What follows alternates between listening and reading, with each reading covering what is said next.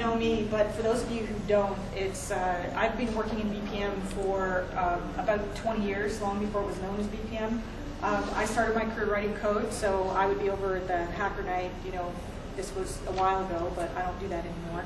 And I've been involved in probably every aspect of BPM implementations, from vendor selection to anything up front, from requirements, process design, every implementation. Can we get you to talk over the phone? Oh, okay. Yeah, thanks. Like just near the phone, or actually hold the phone? It's on speaker. No, it's speaker. Right, Just over it. Okay.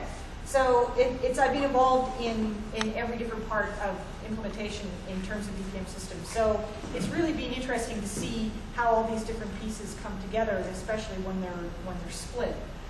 There's a lot of small projects that I've been on where I've done all of the roles of all 6 groups here, which is always a challenge. But it's that kind of understand the things that you're working through there. There's some things that I saw that I really like, and there's some things where I think there's still some challenges to be resolved. And I just want to go through and kind of highlight for each of the groups something that I saw that I like that you did, or that I thought really worked. With the business use case, you guys had a great written story. The cultural background about what was going on in this fictional city and everything. I thought that was really good because it gave some context for things. It makes the process a little bit more real. From the methodology standpoint, and her team, it's a great documentation and supporting charts and graphics and so on to show how the methodology can be used, especially looking at how that crosses over between the different groups that are here.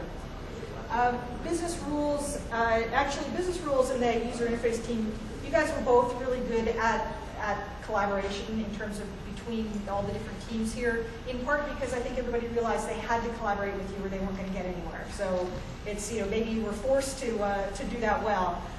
Also, I like the mock-ups that were done on the UI side, so just having something that you can start to get some pictures of and visualize is really valuable too. Getting to that as early as possible, and I'm a big proponent of agile development where you try and get something that works as quickly as possible so that people can start to take a look at it and give you some feedback.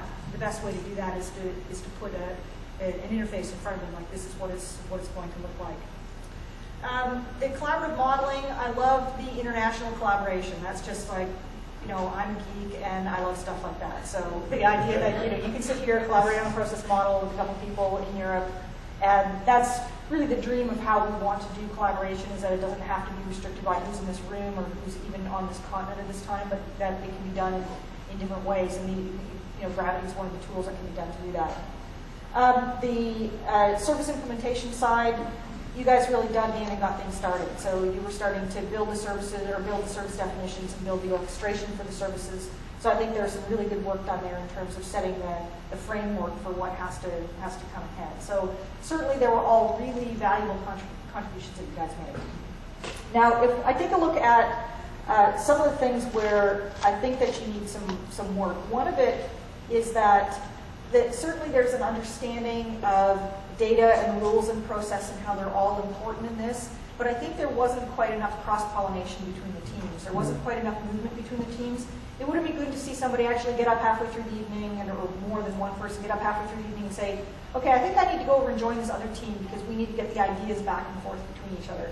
In a real project, that sort of stuff happens. I realize we're only dealing with an hour and a half, so there's not really a lot of time to do that. But just to be able to sort of force those ideas to cook well between the teams. So certainly something that would help to move the collaboration along. And I don't know, you come up with some ideas before you get to Vienna for how to help sort of move that along. One thing that I think is really important, it's the name of my blog. I write a blog about BPM, which is how probably most of you know me in the first place, and it's called Column 2. And for those of you who are enterprise architecture geeks and know the Zachlin framework, Column 2 in the Zachlin framework is process. And one of the things that happens when you move through an enterprise architecture framework, when you're looking at a framework and how you use the artifacts in the framework, you look at doing mapping or transformations from one level to another in the framework, often from a top-down, sometimes from a middle-out sort of standpoint.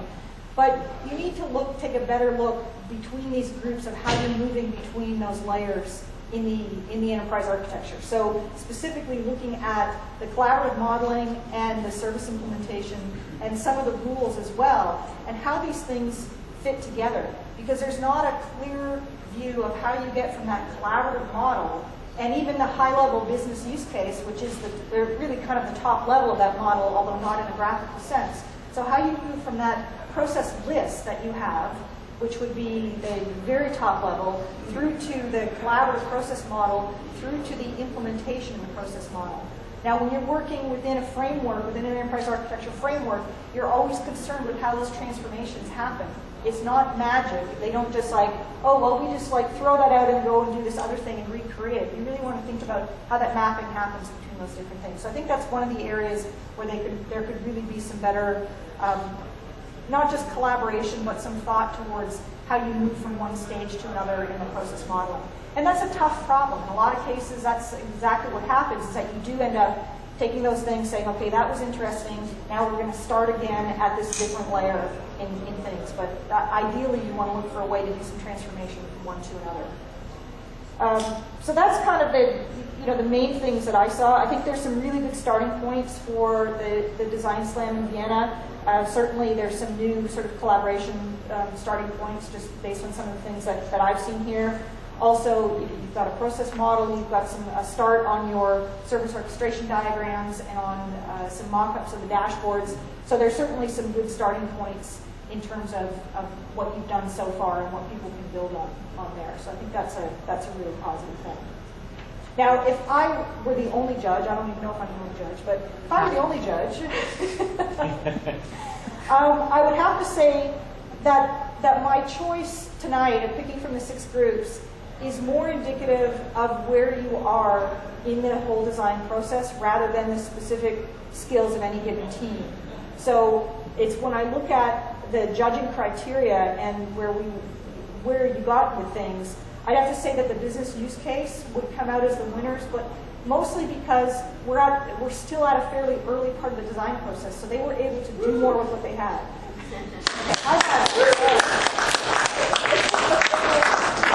I think that's going to change as you move into the later face-to-face ones. As you get to Vienna and Bangalore, continuing on with this sort of thing, I think you're going to find that moves between groups because the strengths of the other groups are going to be able to start to play more now that you have more of the artifacts in place that you can build on.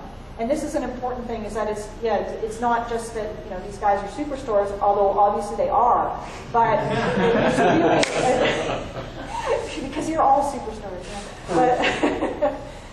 But it's really about that we're at the point in the process where there's enough of their work that's done that you can get a more comprehensive view of things. Whereas some of the other ones, I know, when the service implementation team got up, one of the things you said was, well, we hardly have enough to even get started, even to start working on what we're doing. So it's really difficult to judge how well this is working in the design process when you're really just able to get started because of the inputs of the others.